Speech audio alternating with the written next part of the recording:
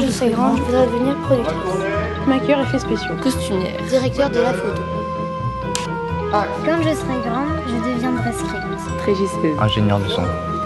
Quand je serai grand, je voudrais devenir bruiteur. Je voudrais devenir monteur. Assistant réalisateur. Chef décoratrice. Quand je serai grande, Je ferai mon cinéma. Je m'appelle Léa, j'ai 16 ans, et quand je serai grande, j'aimerais être critique de cinéma. Lui, c'est Pierre Murat, il est critique de cinéma et je vais passer une journée avec lui pour découvrir son métier.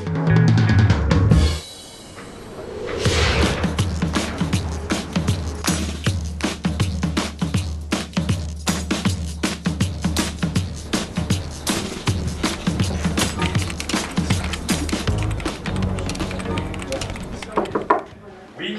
Ah, bonjour. Léa, c'est ça? Bon, oui. Pierre Murat, bonjour. Ravi de vous accueillir ici. J'ai fini dans 30 secondes parce qu'on me demande un papier d'urgence. Vous voyez, vous tombez bien. Vous voyez, Léa? Vous voyez cet écran-là? Donc, on vient de me soumettre un papier. Il est très bien. Moi, je suis le premier lecteur parce que mon rôle, c'était d'essayer de faire que le papier soit encore meilleur, soit un poil plus clair. Le rêve, c'est d'avoir un papier qui est magnifique, qui est clair, qui est net, qui est drôle, qui est profond, tout ça en même temps. Et ça se trouve, et ça se trouve.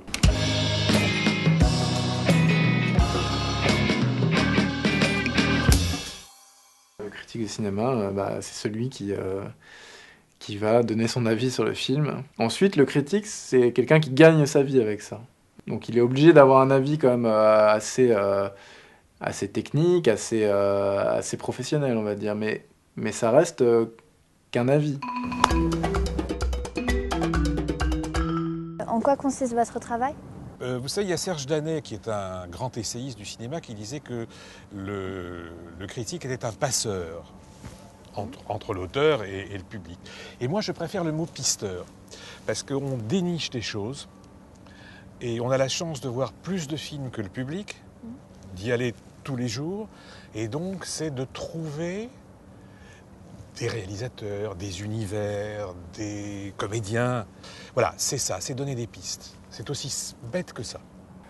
Et très très bien ce papier, il est parfait. T'es sur quel film?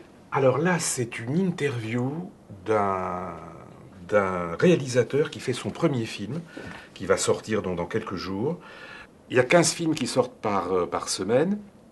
Mais il y a peut-être dans les 15, 2-3 films que vous n'avez pas vus parce qu'il n'y a pas de pub, parce que ça sort dans peu de salles. Des films indépendants, des films un peu ambitieux, pas forcément ennuyeux, hein, parce que... Mais voilà, et nous, on vous conseille ça. C'est ça mon métier. Mais comment vous organisez la section cinéma? Alors suivez-moi, je vais vous montrer quelque chose qui est à peu près important. C'est un grand tableau qui a l'air un peu vieillot, mais qui a l'avantage... vous allez comprendre pourquoi, de donner un panorama de tout ce qui va de semaine en semaine. Alors, le fameux tableau, le voilà. On a à peu près tous les films qui sortent jusqu'à, vous voyez, juin, avec, vous voyez ici, chaque fois, toutes les projections privées, puisque vous savez que on a la chance de voir des films très à l'avance. Pour permettre justement de décider qui fait le film, est-ce qu'on fait des interviews ou on n'en fait pas, etc. Le but, c'est que chaque collaborateur voit le maximum de films. Comment êtes-vous devenu critique de cinéma ? J'étais pas du tout destiné à ça. J'étais destiné à être un mauvais prof, chahuté et nul probablement dans une classe. Et puis à 15 ans, j'ai découvert le cinéma avec 2 films. Les oiseaux d'Hitchcock et les parapluies de Cherbourg de Jacques Demy. Et là, j'ai compris que le cinéma, ça pouvait être autre chose que les films de samedi soir que je voyais jusqu'alors. Et j'ai dit, je veux faire partie de ça. Et comme je savais que je ne serais pas metteur en scène, c'est-à-dire que j'aurais adoré être metteur en scène, mais je savais que je n'avais pas de talent pour ça. Donc je me suis dit, qu'est-ce que je peux faire sinon essayer de faire partager ma passion aux autres, ou mes dégoûts aussi.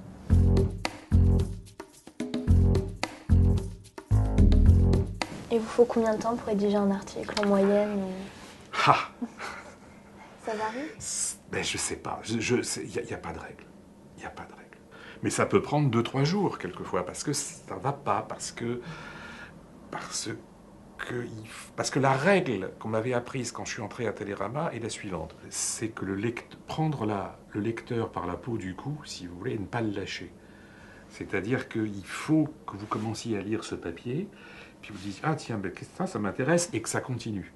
Donc le but, c'est ça. Et c'est en même temps passionnant, puisqu'il s'agit de jouer avec les mots, de jouer avec l'envie du spectateur, sa propre envie de dire du bien d'un film. Voilà. Donc ça peut prendre un temps infini, et ça peut aller à toute allure. Quelles sont les qualités à avoir pour être un bon critique? L'enthousiasme, le don de s'enthousiasmer, en bien et en mal. L'enthousiasme, c'est pas forcément dire du bien de tout. Et le vrai critique est celui qui dit « Bah non, le roi est nu, c'est pas bien, le film n'est pas très bon ». Et ça, c'est la qualité d'un critique, à la fois, encore une fois, pour le bien et pour le mal. C'est-à-dire qu'il faut qu'il soit aussi bien capable de dénigrer un film qu'il a mis en colère pour de bonnes raisons, il faut espérer, et l'enthousiasme de dire, et ça c'est encore plus difficile que de dénigrer, de dire pourquoi un film est bien, et de faire passer sa passion.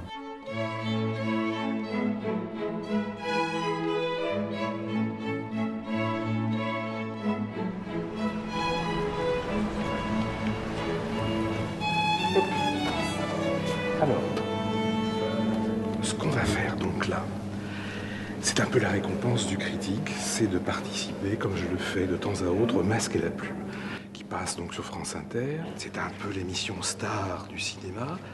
Il y a 4 critiques qui s'engueulent sur des films et qui échangent des propos plus ou moins brillants. Espérons que ce soir, ça sera très brillant, uniquement pour que vous voyez, Léa, à quoi ça peut arriver, qu'est-ce que vous allez faire d'ici quelques années. Vous allez participer comme moi à cette émission.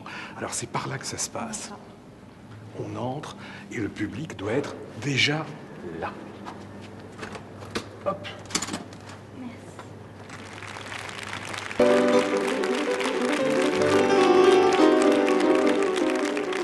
Le Masque et la Plume.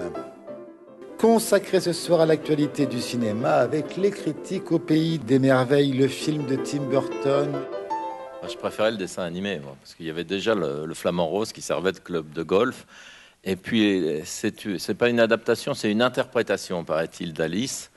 Et je ne sais pas pourquoi, la scénariste en a fait une fille de 20 ans, Ben oui. ce qui la rend complètement attardée.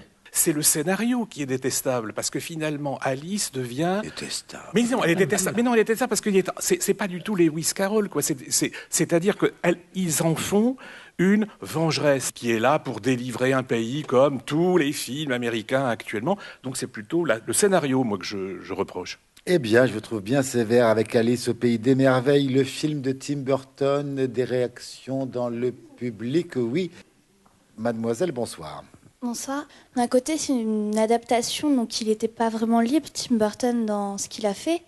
Donc c'est peut-être pour ça qu'il n'y avait pas ces nouveautés qu'on avait l'habitude de voir. Non, moi j'avais bien aimé. Bon, je suis une fan incontestée. Donc il peut faire n'importe quoi, je l'aime toujours. Eh bien, c'est une déclaration à Tim Burton que, évidemment, comme il écoute Le Masque et la Plume, il aura entendu ce soir.